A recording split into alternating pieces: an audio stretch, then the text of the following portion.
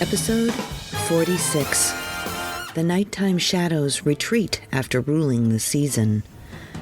Entitled red car creeps down the fair street. The first shiver of late fall. Greetings and welcome into the Pawtuxet General, your podcast for all things Pawtuxetish.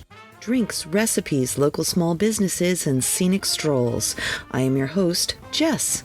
Join me this week as I walk through Pawtuxet's past and present. We delve into French meat pie, a flip, an old Ironsides rum and soda, an autumnal stroll, and haunted dolls. But first, we would like to thank our Patreon subscribers. These leaf-peeping minded folk are the tall oaks, maples, cherry trees, cozy scarfs, sweaters, hot chocolate, and roasted nuts that are the autumn season that we call the Pawtuxet General, without whom we would merely be fallen, crushed debris. So thank you! If you would like to become one of these well-informed folk, look for our page on patreon.com or simply follow the link in the show notes. So thank you again, but until then, let's go back into the past and hear about the Gaspee. Thank you, Gaspee.org, for so much information. The Burning of the Gaspee, Anonymous. August 3rd, 1800, refound in the Warwick Historical Society newsletter, April 1978. 1772, summer was smiling the whole land through. New-mown meadows scented the air, but the hearts of men were full of care. Trouble was rife, for a tyrant's hand heavily lay on our own fair land. Up and down the Rhode Island shore sailed the Gaspee, schooner of war. Might makes right when foes are few. Braggart was captain, and braggarts the crew. Colonists had no laws that they, officers of the king, should obey. Sailing now here, sailing there, carrying trouble everywhere. At length one day, in a hurried chase, after a schooner flying apace, fast on the bar the Gaspee lay, fast till the tide should come up the bay. Midnight darkness had settled down, out from the wharves of the silent town. Boats moved swiftly with muffled oars, quickly behind them sunk the shore, till by the Gaspee's sullen side they float on the waves of the coming tide. Up on the deck with a sudden leap, seems like foemen sprung from the deep. The ship is theirs ere the crew half know, tumbling on deck from their hammocks below. Lower your boats and make way, never again shall you sail our bay. And as they pull homeward, a lurid flame lights them back o'er the way they came. Up the tall mast the fire runs free, turning to blood the unquiet sea, till with a crash like a thunder tone, night falls again, and the Gaspee is gone. Now that you're in the mood, how about a few Gaspee cocktails?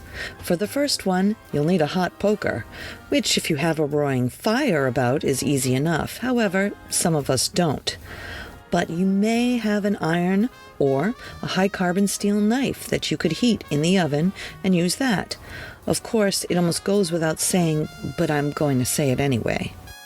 This is made for an all-pewter mug. To try it in glass or plastic or ceramic could injure you quite severely. So, follow all directions to do this safely. Otherwise, like they say, don't try this bit at home. I found both of these recipes at the Gaspee Virtual Archives under Colonial Recipes. They have so many, I'm sure we will revisit them in future episodes. You should check them out at Gaspee.org.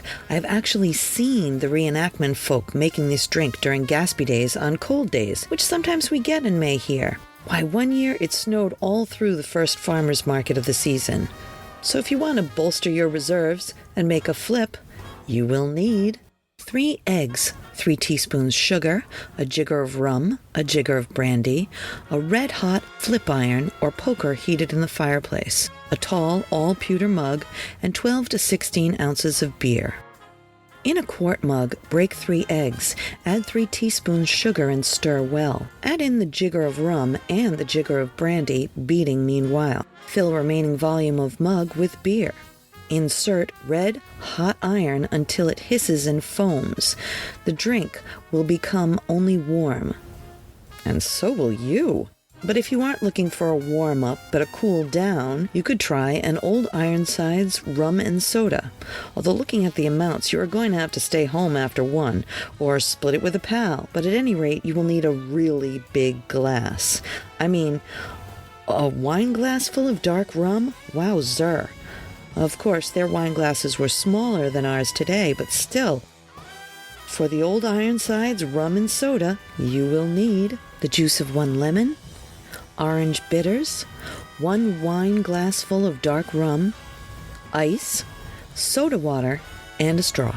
Into a large bar glass, put the juice of 1 lemon, add 2 dashes orange bitters, add 1 wine glass full of dark rum, and then 3 large ice cubes. Fill it up with plain soda water, and then mix and remove the ice. Serve with a straw. Well, I'm sure you'll enjoy that, if you can get to the bottom. Perhaps it would go nicely with a French meat pie. Theresa's French meat pie. Right off the bat, I'm going to say that getting any family's passed down French meat pie recipe is a coup. When you're lucky enough to get an actual Canadian meat pie recipe, well, let's just say that only happens once in a blue moon. And I've got one. Thank you, Amy from Tag Sale Treasures, not only for the recipe, but also for being host to the Pawtuxet General Pop-Up General Store. I must admit that visiting Tag Sale Treasures is one of my favorite things. The store is packed with antiques, restored useful items, art, linens, and jewelry. This is always my first stop when I'm looking for that special something to bring a display together, either for a holiday or to dress up my sales table. So check out Tag Sale Treasures and tell Amy Jess sent you. You won't be sorry. But first, let's make this authentic Canadian meat pie. For this recipe, you will need a 1/2 pound of ground beef, a 1/2 pound of ground pork, 1 medium onion, 2 to 3 potatoes, salt, pepper, and clove to taste, 2 pie shells, 1 top, 1 bottom, 1 9-inch pie pan. Of course, your first step is to preheat your oven to 350 degrees Fahrenheit. My favorite part in this dish is the mashed potatoes, so let's start there. The reason for potatoes is not only to fortify the dish, but also to absorb the excess fat or juice. So although we are mashing these potatoes, I wouldn't add more than a tablespoon of butter and a little bit of the water from boiling the potatoes. You want them to be a little dry so that they can do their job. Then, sauté the meats and the minced onion with salt, pepper, and ground clove to taste.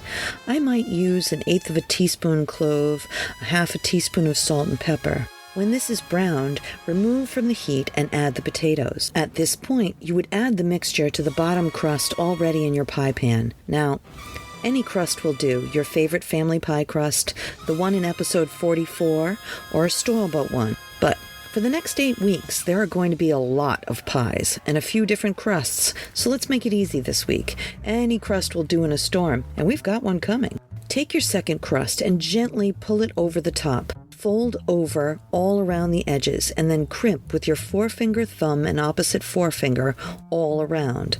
Take a sharp knife and cut vents. Traditionally, 3 vents are cut 3.5 inches long, equally spaced from the center to the edge, without ever piercing the center or the edge. It doesn't call for it, but at this point you could brush it with a quickly whipped egg. Then pop into a 350-degree oven until golden brown, about 45 to 55 minutes. You can imagine that doing this recipe in bulk would take a bit of juggling. Rotating the pies in the oven for even cooking, monitoring without opening the oven so as not to throw off the temperature, and only being able to do 4 at a time if you had a really good oven. Well, this is what Amy's grandma Theresa would do for all 9 of her children and their families during the holidays. And that, my friends, is a lot of meat pies. Perhaps she used lard in the crust to make them that yummy. But for sure, she put in diligence, patience, and love. And don't forget the cloves. They bring the whole dish together. So enjoy. Thanks to Grandma Theresa and Amy. Many times have I taken the pastoral walk from Broad Street towards Edgewood from Pawtuxet Village, and in many ways this autumnal walk is the same. The reds, golds, oranges, and browns of the foliage, the roaring river under the bridge, the folks clutching coffee cups in the crisp air. Our journey takes us north on Broad Street. You will pass both Ocean Avenue and Windsor Road, which both go down to the water to give you magnificent views of wildlife and sailboats docked at the Rhode Island Yacht Club. Today, we are going up Broad Street past Park Avenue on our left. At the crossroads of Park and Broad, the view of giant trees and majestic Victorian houses balance the small capes opposite on the hill. Passing the delicious smells emanating from the wide variety of restaurants on our right, you can readily view the historic William Hall Library on your left as we reach our destination on our right at the corner of Columbia Avenue and Broad Street, 1844 Broad Street, Cranston. Emerald, Frog, Reiki, and more is an alternative health and holistic service helping the Edgewood and Pawtuxet communities. Check their Facebook page for more information and contact them for an appointment. But any way around it, enjoy the walk.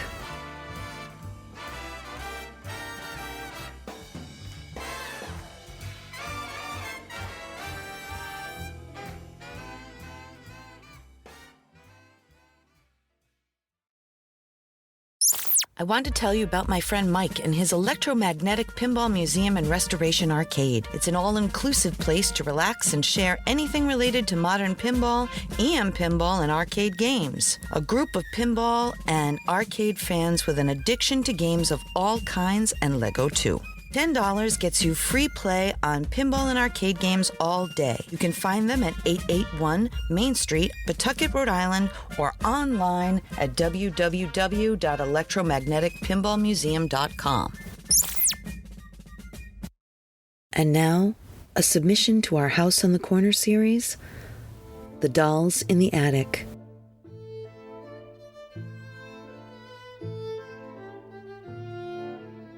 Dear Pawtuxet General, when I was a small child, my mother kept a box of old toys in the attic. Among them were 2 plastic dolls. Being a child of no more than 3 or 4 years old, and just beginning to have the run of the house, my mother would bring me up there with her from time to do whatever attic errand she had to accomplish. It was on the very first visit to the attic that I noticed the dolls, peeking out on top of the box of forgotten toys, from behind a dusty cardboard flap. Naturally curious, I approached the box with all the clumsy speed of a toddler, with a huge grin on my face. I was stopped, cold. One of the dollies was looking at me. The other dolly blinked at me. Mama, Mama, Mama.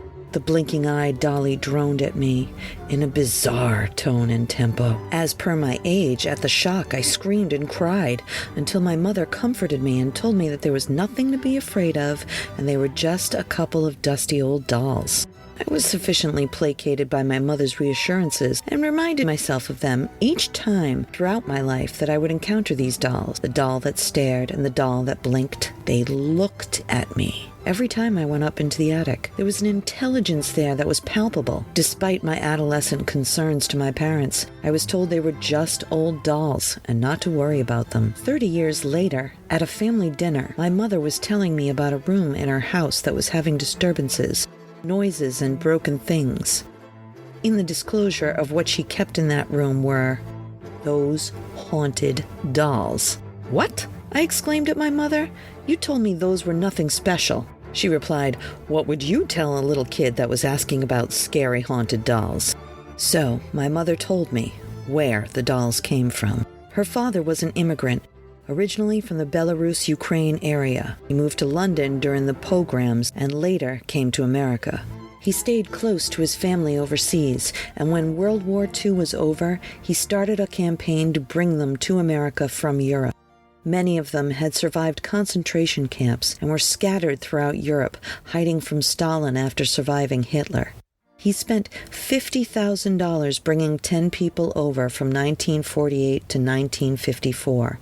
One of them, my Aunt Leah, told my mother stories about how, when they used to have to hide in the woods, they would have to feed the babies dirt to keep their stomachs from growling and to keep them from crying. And that was where these dolls came from. The relatives from Europe had brought them over from the camps, and who knows what else with them? My mother, citing their tendency to move about on their own, locked them in a trunk in that now disturbed room.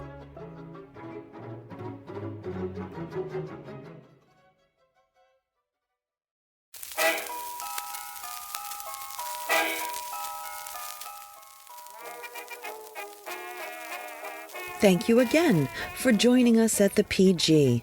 We love having you here, and if you have any suggestions, questions, local ghost stories, or questions about the pop-up general store, our email is jess@pawtuxetgeneral.com. Hit us up. We may use your submission on the podcast.